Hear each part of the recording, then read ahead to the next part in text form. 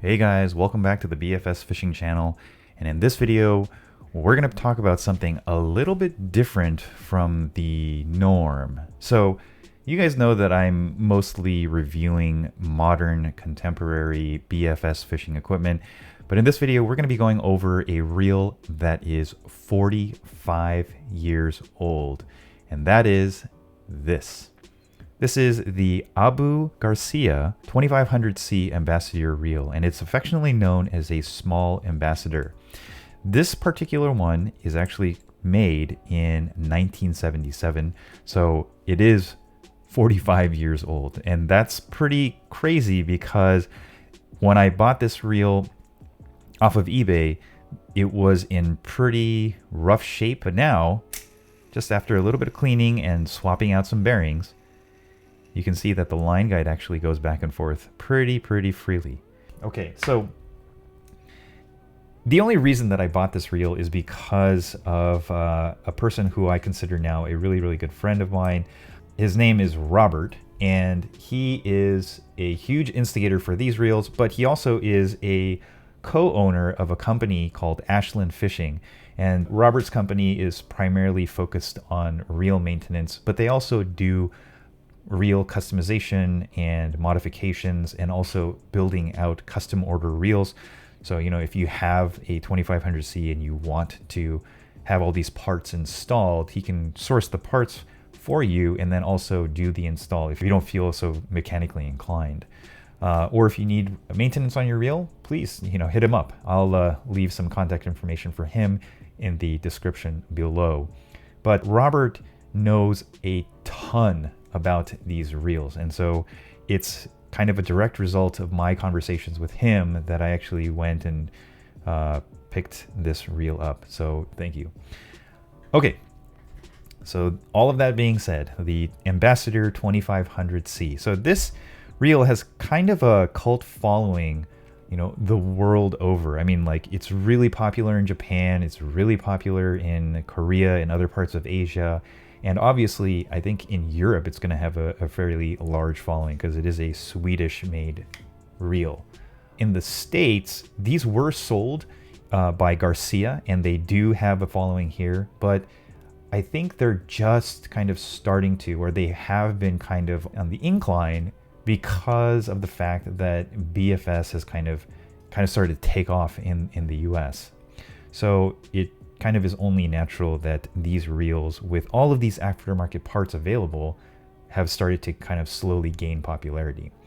That being said, I did pick up my particular reel off of eBay, and it cost me about $135. But the prices on these kind of range anywhere from $100 all the way up to like $1,000 for ones that are really in mint condition, or kind of rare, and then also heavily modified. So if you're interested in one of these, I can tell you right now that this is definitely not a budget project. However, it'll probably be working and around for longer than I am. This reel, and these reels in particular, were made out of mainly from brass and aluminum. So it is a very heavy reel. The design and mechanics of the reel are also very simple. And so because of the simplicity, they're pretty bulletproof. I mean, like I said at the beginning, I only did a cleaning of this reel, and now it is able to spin fairly well, and also probably could be fished just like this. But it being a very heavy reel, and me being a very a person who likes to tinker with things, I couldn't help myself but go out and get all these parts. So this is going to be a 3-part series of videos. The first one, we're just going to be talking about the reel itself. The second video, I'm going to be going over all the parts and kind of explaining what the parts are for and where they go in the reel. And then the third video is going to be me kind of bumbling through all of these modifications and kind of installing them in the reel. So if I mess up, then you're definitely going to see that. I am not an expert on this reel by any means. And so if you guys hear anything that I say that is incorrect, please leave a comment in the comment section below, because again, I'm not an expert in this reel. Okay, so these reels were made by Abu for different distributors and also for the European market. from 1975 all the way up into kind of like the 2000s or so. This video is not going to be a history video, but I'm definitely going to talk a little bit about, you know, this reel itself. So what makes this reel so different from a modern reel, for example, like this, the Valiant Eagle 2? Well, so in a Valiant Eagle 2 and most modern baitcasters, what you have is you have a line guide just like this, but the line guide actually disengages when you hit the clutch button and the line guide stops moving. So that reduces a source of drag and the spool is able to kind of free spin. So that is one of the main differences. And then also modern reels have what's called a anti-reverse clutch roller bearing. So when you're going backwards on the handle, the opposite direction of the way that the handle wants to go, you pretty much have an instant stop. On the C models of the Ambassadeur, they use an interesting mechanism called a dog tooth. And so what that is basically, it's a two-part system. You have a little lever, that's the dog tooth, and then you've got like a cogwheel. And so every time the cogwheel is connected to the main gear, and so that rotates with the main gear, and then the dog tooth is kind of free to move a certain amount of degrees. And so when you're reeling in, you know, the dog tooth doesn't really engage because it's kind of a one-way dog tooth.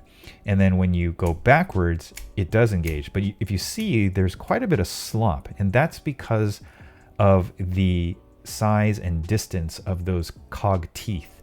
So it's interesting because, and I don't want to talk too much about it right now, but Avail, which is one of the Japanese companies that makes aftermarket parts, they made basically the cog wheel with a lot more teeth on it. So hopefully that kind of gets rid of some of that play that you see there. In addition to that, the line guide actually never disconnects on these reels, and so in a lot of the Japanese and Korean and other countries videos where they're actually fixing up these reels, they'll do something like what I'm doing right now. The other thing is that the reel is actually quite tall. It doesn't have a very low profile. So there you go. So you can see where the reel seat is, and then you can see the overall height of this reel compared to a modern reel. So these reels are very much lower. So they do make frames that are kind of offset with the reel seat being much higher into the body to kind of effectively lower the body of the reel. But also the original fishing rods, their handles were kind of already offset to begin with, and so they allowed the reel to kind of sit lower in the handle itself, and the portion that you actually grip was higher up, so it doesn't the reel body itself doesn't sit as proud from the reel seat. Anyways, there is another size of reel called the 1500C, and the 1500C is basically the same size as the 2500C. I think in dimensions, it's just that the spool width is actually a little bit more narrow. So the 1500 and the 2500C were kind of sold in America as largemouth bass reels, and yeah, for all intents and purposes, they still can definitely be used as such. The gear ratio though is a little bit low, and the line pickup rate is actually quite low. So I've heard that when you're actually on a fish and the fish swims towards you, it's really difficult to kind of keep up with the fish because your line pickup is just so low, and then also the handle turns are going to be a little bit harder to do because the handle is smaller. I mean, you can obviously swap this out, but thanks to companies like Avail, we've got all these aftermarket parts to kind of modernize these pieces of history. And if you're interested in this reel, you know, stay tuned because I've got 2 more videos coming out, the all explanation of all these parts, and then the actual upgrading and installation of the reel itself. Anyways, I think that's going to do it for this video. This video is a little bit long, but you know, there's a lot of information that I want to talk about, and I like sharing all this knowledge with you guys. So yeah, if you enjoyed the video, please give it a thumbs up. If you feel like you got any value out of the video, please consider subscribing. And with that being said, thank you so much for watching, and I'll catch you guys in the next one. Peace.